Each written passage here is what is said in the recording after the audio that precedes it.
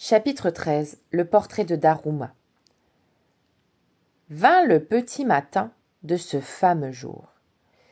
Les préparatifs duraient déjà depuis plus de 2 semaines, et mes assistants s'étaient affairés toute la nuit.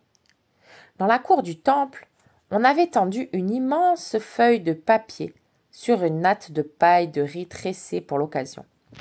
Des lattes de bois, disposées régulièrement, empêchaient le vent de soulever cette gigantesque feuille.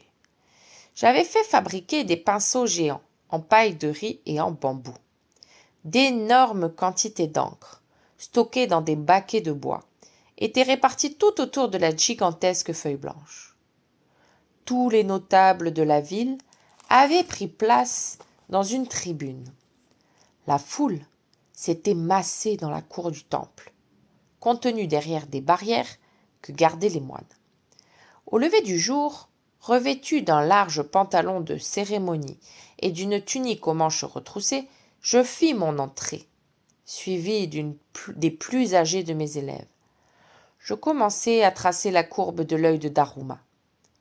Pendant que cet œil gigantesque apparaissait sur le papier, plongeant son regard dans le ciel, 5000 paires d'yeux rivés sur le sol me regardaient faire. Un assistant me présenta un deuxième pinceau, et je dessinai le sourcil. Puis, je dus me déplacer de plusieurs pas pour entamer la courbe d'un deuxième œil. Imagine, Tojiro, le peintre se déplaçant au fur et à mesure sur l'œuvre qu'il crée. À la fin de la matinée, le visage de Daruma était fini.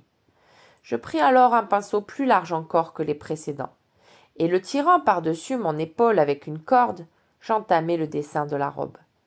On aurait dit les flancs d'une montagne, sur laquelle l'étrange attelage que je formais avec mes pinceaux se promenait, tout en lui donnant forme. Quand le dessin fut terminé, je fis jeter la couleur à plein seau par mes assistants, tandis que d'autres épongeaient le trop-plein à l'aide de linge mouillé. À la fin de l'après-midi, le portrait était fini. Il ne restait plus qu'à le dresser sur son échafaudage. À mon signal, plusieurs équipes d'hommes vigoureux commencèrent à tirer sur les lourdes cordes passées dans les poulies du portique destinées à porter le dessin. Cela t'aurait plu, j'en suis sûr, de crier avec la foule « Oh, is ! Oh, is !» pendant que le portrait montait lentement au-dessus d'elle. À vrai dire, il était si grand qu'on ne put le dresser dans sa totalité. Tout le monde s'est alors approché pour l'admirer, avec l'empressement d'une armée de fourmis autour d'une part de gâteau. Et voilà, mon cher moineau, comment je suis devenu pour tous les habitants de Nagoya Daruma Sensei, le maître de Daruma.